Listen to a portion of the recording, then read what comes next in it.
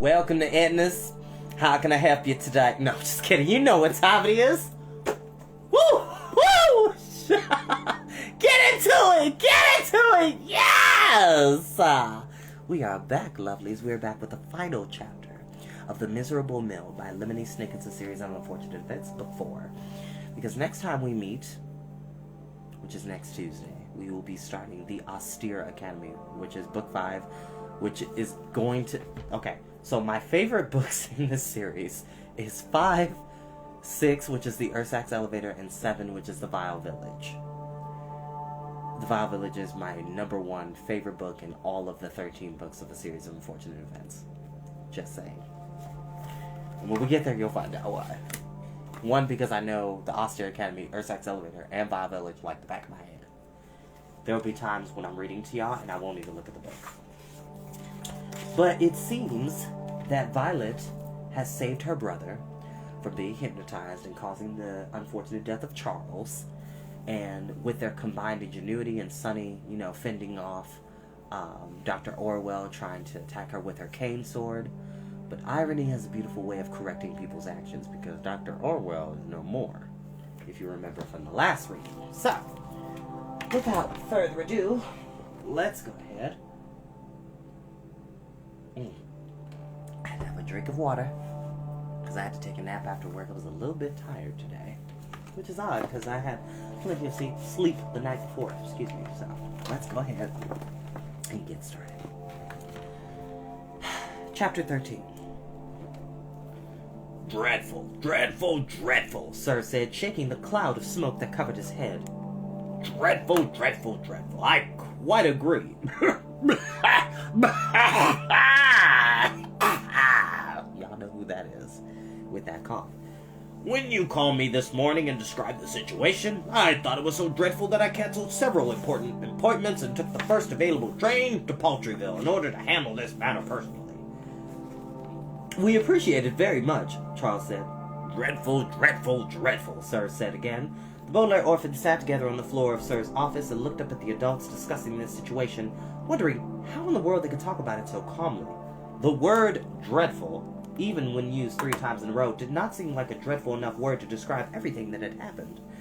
Violet was still trembling from how Klaus looked while hypnotized. Klaus was still shivering about how Charles had almost been sliced up. Sunny was still shaking from how she almost been killed in the sword fight with Dr. Orwell. And of course all 3 orphans were still shuddering from how Dr. Orwell had met her demise. A phrase which here means stepped into the path of the sawing machine. The children felt as if they could barely speak at all, let alone participate in a conversation. It's unbelievable, Sir said, that Dr. Orwell was really a hypnotist and that she hypnotized Klaus in order to get a hold of the Baudelaire fortune. Luckily, Violet figured out how to unhypnotize her brother and didn't cause any more accidents. It's unbelievable, Charles said, that Foreman Flocatano grabbed me in the middle of the night and tied me to that log in order to get a hold of the Baudelaire fortune. Luckily, Klaus invented something that shoved this log out of the path of the saw just in time, and I only have a small cut on my foot.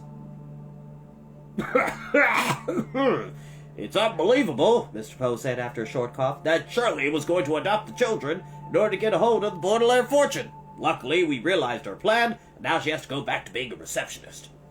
At this, Violet could keep quiet no longer. Shirley is not a receptionist, she cried. She's not even Shirley, she's Count Olaf.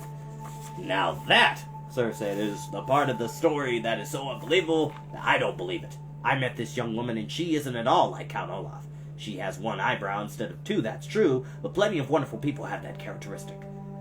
You must forget the children, Mr. Poe said. They tend to see Count Olaf everywhere.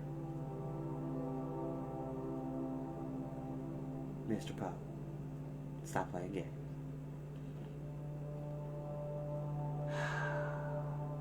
Fool me once, shame on you. Fool me twice, shame on me. Fool me 3 times. You don't want to know. That's because he is everywhere, Klaus said bitterly. Well, Sir said, he hasn't been here in Paltryville. We've been looking out for him, remember? Relief, Sunny cried. She meant something along the lines of, but he was in disguise as usual. Can we go see this Shirley person? Charles asked timidly. The children do seem fairly sure of themselves. Perhaps if Mr. Poe could see this receptionist, we could clear this matter up. I put Shirley and Foreman Flocatano in the library and asked Phil to keep an eye on them, Sir said. Charles's library turns out to be useful at last, as a substitute jail, and until we clear up this matter. The library was plenty useful, sir, Violet said. If I hadn't read up on hypnosis, your partner Charles would be dead. You certainly are a clever child, Charles said. Yes, Sir agreed. You'll do wonderfully at boarding school. Boarding school? Mr. Poe asked. Of course, Sir replied, nodding his cloud of smoke. You don't think I would keep them now, do you, after all the trouble they've caused my lumber mill? But that wasn't our fault, Klaus cried. That doesn't matter. We made a deal. The deal was that I would try to keep Count Olaf away, and you wouldn't cause any more accidents. You didn't keep your end of the deal. Hatch! Sonny shrieked, which meant, but you didn't keep your end of the deal either. Sir paid no attention. Well, let's go see this woman, Mr. Poe said, and we can settle once and for all whether or not Count Olaf was here.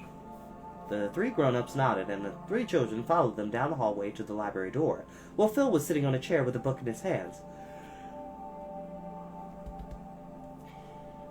Hello, Phil, Violet said. How's your leg?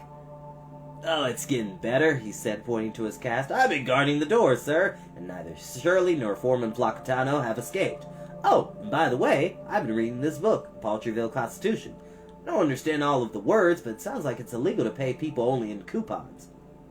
We'll talk about that later, Sir said quickly. We need to see Shirley about something. The Sir reached forward and opened the door to reveal Shirley and Foreman Flocatano sitting quietly at two tables near the window. Shirley had Dr. Orwell's book in one hand and waved at the children with the other. Hello there, children, she called in her phony high voice. I was so worried about you. So was I, Foreman Flocatano said. Thank goodness I'm unhypnotized now, so I'm not treating you badly any longer. So you were hypnotized too? Sir asked. Of course we were, Shirley cried. She leaned down and patted all three children on the head. We never would have acted so dreadfully otherwise, not to three such wonderful and delicate children. Behind her false eyelashes, Shirley's shiny eyes gazed at the Baudelaires, as if she were going to eat them as soon as she got the opportunity. You see, Sir said to Mr. Poe, no wonder it was unbelievable that Foreman Flocatano and Shirley acted so horribly. Of course she's not Count Olaf. Count who? Foreman Flocatano asked. I've never heard of the man. Me neither, Shirley said, but I'm only a receptionist. Perhaps you're not only a receptionist, Sir said. Perhaps you're also a mother. What do you say, Mr. Poe? Shirley really wants to raise these children. They're much too much trouble for me. No, Klaus cried. She's Count Olaf, not Shirley. Mr. Poe coughed into his white handkerchief at great length, and the three Baudelaires waited tensely for him to finish coughing and saying something. Finally, he removed his handkerchief from his face and said to Shirley,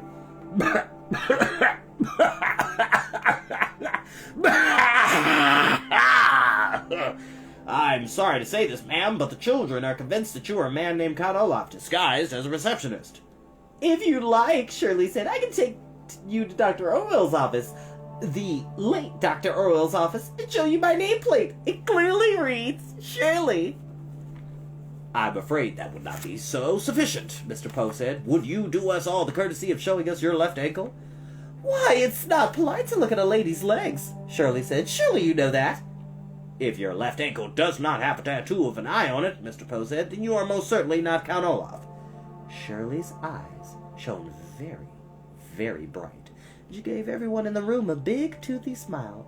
And what if it does? She asked, and hitched up her skirt slightly. What if it does have a tattoo of an eye on it? Everyone's eyes turned to Shirley's ankle, and one eye looked back at them.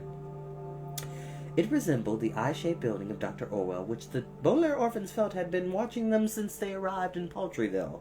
It resembled the eye of the cover of Dr. Orwell's book, which the Baudelaire orphans felt had been staring at them since they began working at the Lucky Smells lumber mill. And of course it looked exactly like Count Olaf's tattoo, which is what it was, and which the Baudelaire orphans felt had been gazing at them since their parents had died. In that case, Mr. Poe said after a pause, you are not Shirley, you are Count Olaf, and you are under arrest. I order you to take off that ridiculous disguise. Should I take off my ridiculous disguise as well? Foreman Flocatano asked, and tore his white wig off with one smooth motion. It did not surprise the children that he was bald. They had known his absurd hair was a wig from the moment they had laid eyes on him. But there was something about the shape of his bald head that seemed quite familiar. Glaring at the orphans with his beady eyes, he grabbed his surgical mask from his face and removed that too.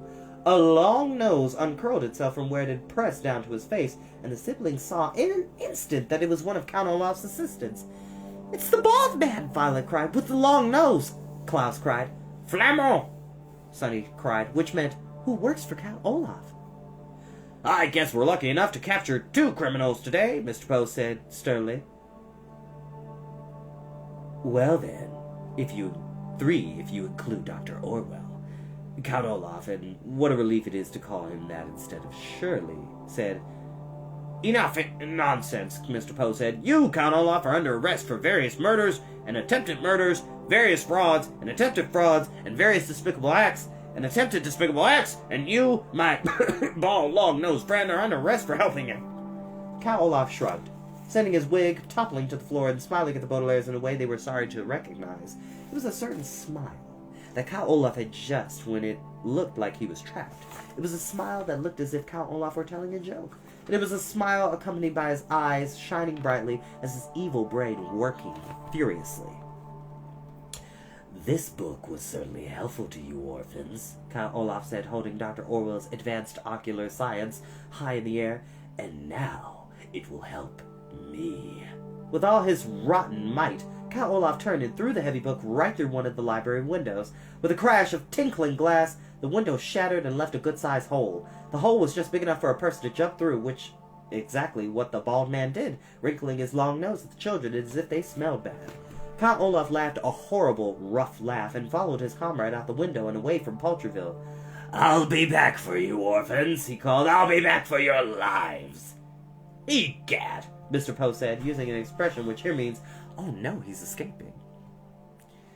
Sir stepped quickly to the window and peered out after Count Olaf and the bald man, who were running as fast as their skinny legs could carry them. Don't come back here, Sir yelled out after them. The orphans won't be here, so don't return. What do you mean? The orphans won't be here, Mr. Poe asked sternly. You made a deal, and you didn't keep your end of it. Count Olaf was here after all.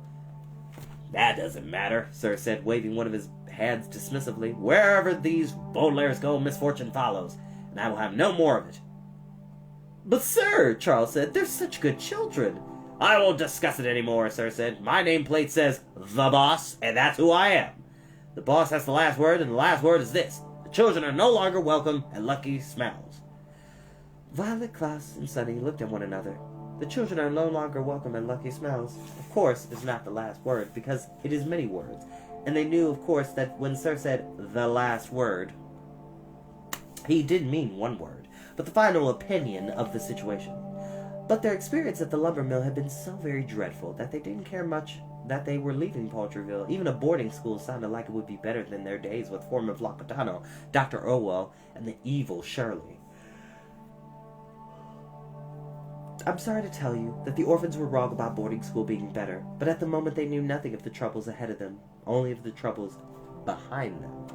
Only of the troubles behind them and the troubles that they had escaped out the window. Could we please discuss this matter later? Violet asked, and call the police now? Maybe Count Olaf can be caught. Excellent idea, Violet, Mr. Poe said, although of course he should have thought of this idea earlier himself. Sir, please take me to your telephone so we can call the authorities. Oh, all right, Sir said grumbly. But remember, this is my last word on the matter. Charles, make me a milkshake. Very thirsty. Yes, sir, Charles said, and limped after his partner, Mr. Poe, who were already out of the library. Halfway out the door, however, he stopped and smiled apologetically at the Baudelaires. I'm sorry, he said to them. I'm sorry that I won't be seeing you anymore, but I guess Sir knows best. We're sorry too, Charles, Klaus said. I'm sorry that I caused you so much trouble.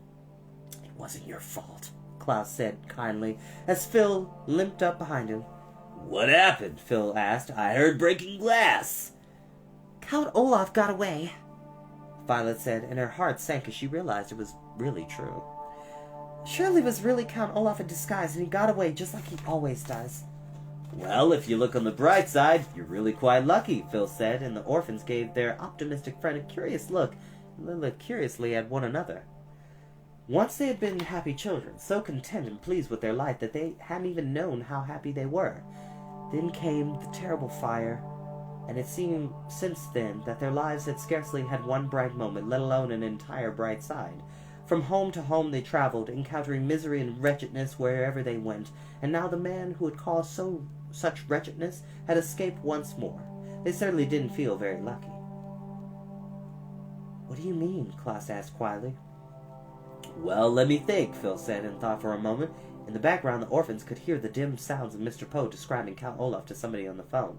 "You're alive?" Phil said finally. "That's lucky, and I'm sure we can think of something else."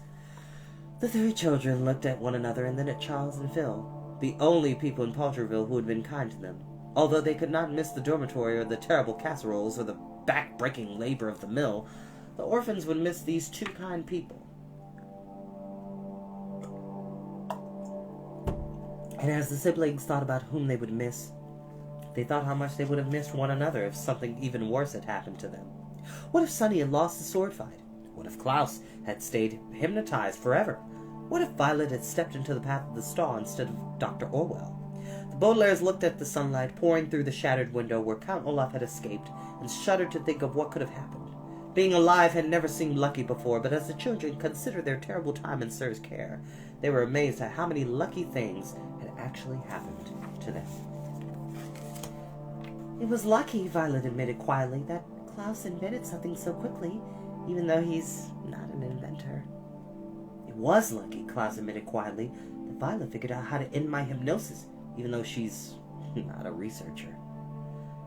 "Croft," Sonny admitted quietly, which meant something like, "It was lucky that I could defend us from Dr. Orwell's sword, if I do say so myself."